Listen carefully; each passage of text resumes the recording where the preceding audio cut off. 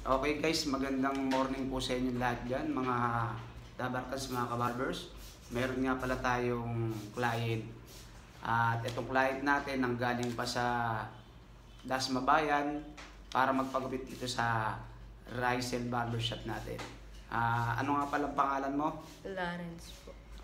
Okay, Lawrence ang pangalan niya. At bakit ka nga pala dito nagpagupit? Magagaling po yung naggugupit po, tapos maganda din po yung paggupit po sa akin. Yan, okay guys yan ang sinabi sa atin ng ating client. Para saan tong pagpapagupit mo? Meron ka bang pupuntahan na okasyon o para sa girlfriend mo? Pupunta lang po na okasyon po. Yan guys, kala ko may pupuntahan kang para sa girlfriend mo eh. Okasyon pala pupuntahan niya guys, mga dabarkads. Yan, ito nga pala yung client natin na taga Dasma Bayan. Laksan yung boses mo. Shoutout ka sa mga followers at yung nag-like and share sa Nelson Salazar Capote.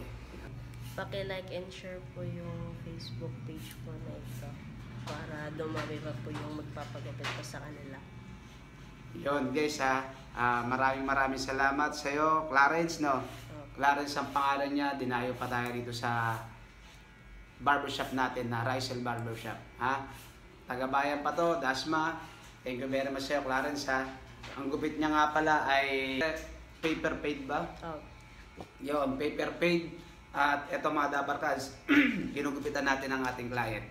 Sino nga pala nagturo rito sa barbershop? Mga kaibigan ko po, tapos tito ko po, nung nakita po namin po to, dito na po ako nagpapagupit since kasi maganda naman po yung gupit po sa akin.